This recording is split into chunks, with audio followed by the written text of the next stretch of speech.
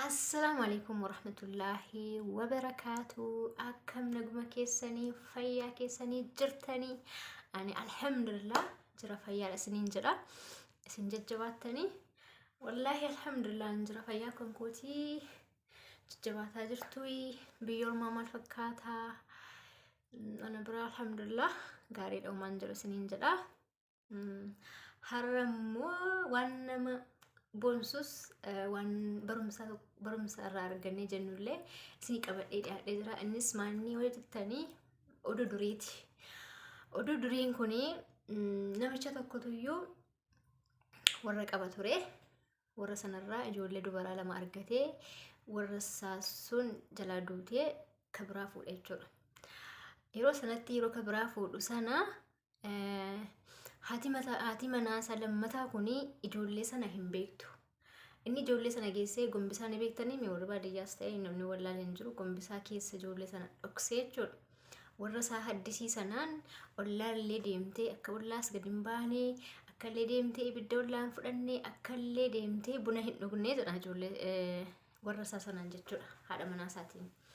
Kazaa baqaa isheen akkasiin jirtu እንትና ወንተ ገበሩት እስከ ተዝራ አያና ሐለኪያን ገበረ ዋን ተኤፍ yeroo hundayyuu geessi nyaata gombisaa kana keessa kaa'e achi kaa'e bakkee kaa'e jedhanii keessu yaani tu keessoo hin galeen jechuudha ijoollee sanaaf inni garuu isheen hin beektu.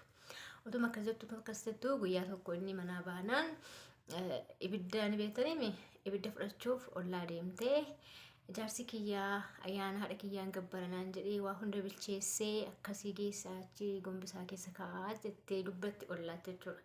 Asii warri ollaa lakki wanni inni gabbaru tokko illee hin jiru. Inni ijoollee lama qabaa kanaaf sidhuskee jira ati ijoolleef nyaata kennaa jirta malee ayyaana haadha isaa gabbaraa hin jiru jedhanii itti himanii. Achi isheen deemtee achumaan bishaan danfistee jechuudha. Haati ormaa haadhuma ormaatiimi bishaan danfistee bishaan kana geessitee gombisaatti naqxe. Gombisaa ijoolleen keessa jirtu sanatti jechuudha.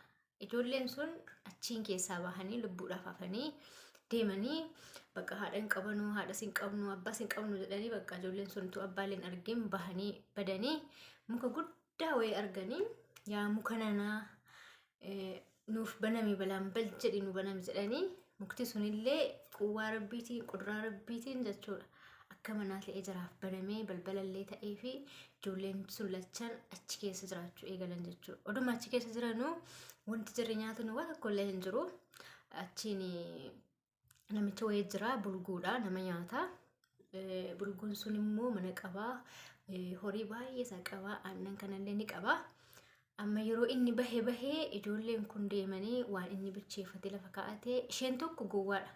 Isheen quxisuun axxeedha. Isheen hangafti garuu gowwaadha. Isheen haxxeen qaruuxeen kuni mana isaa kana seentee yeroo inni horii bobbaasu ilaallattee deemtee waan inni qabu hundayyuu fudhattee mana seenti fiddee waliin nyaatan jechuudha.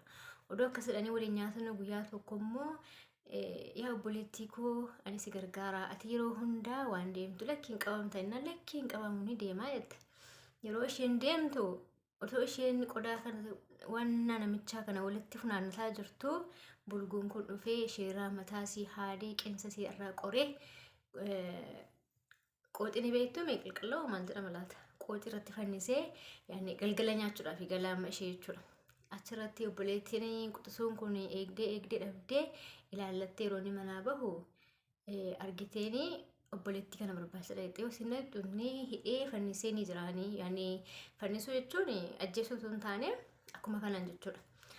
Kudhatu kanaan jiru achiin geessitee isin immoo obboleettii sana inni madaabaraa keessa kaa'ee fannise jarri immoo dhagaa nama lamaan obboleettii sana achirraa buustee dhagaa nama lamaan madaabaraa sana keessa kaa'anii achirra qooxii irra kaa'an jechuudha. Yeroo qooxii sanarra kaa'anuu namichi bulguun sun ishee nyaachuudhaaf yeroo inni dhufee gadi dhagicha intanicha madaabaraa achi gadi hiiku mataa isaarratti kufee inni achumaan du'ee du'aa isaa mana harkisanii mana sanatti galanii qabeenya isaa dhaalanii jechuudha. Otoo akkasiin jedhanuu abbaan jaraa immoo kadhataa ta'e ni beektu mi rakkatee jechuudha. utuu deemuu mana jira kana ijoollee kanaa dhufe eessaa dhuftee ምናምን እንደኔ wal qoratanii gaala fagaateera barri jechuudha. Akkasii ijoollee lama qaban ture maal jedhee dubbatee achiin bakka abbaa jira kana ofitti fudhatanii haadha manaa keetis akka nu waamtu jedhanii beellama walii qabanii asii abbaa jira kana ofitti fudhatanii haadha manaa kee nu waami jedhanii ijoolleen kun lachaan jechuudha. Qooxi intana biirii qotanii jechuudha. Biirii sanarraa afata afanii achiin yeroo qaalittiin ijoollee siitii wajjin dhuftu as gore jedhanii achiin biirii sun booltanaan afanni suni gaccitee achiin ishee awwaalanii abbaa jiraatii waliin jiraatanii jechuudha. Yoo isinitti tole sheerii, subscribe, like, commentii naaf godhaa isiniin jedha oduu duriitii. Bye.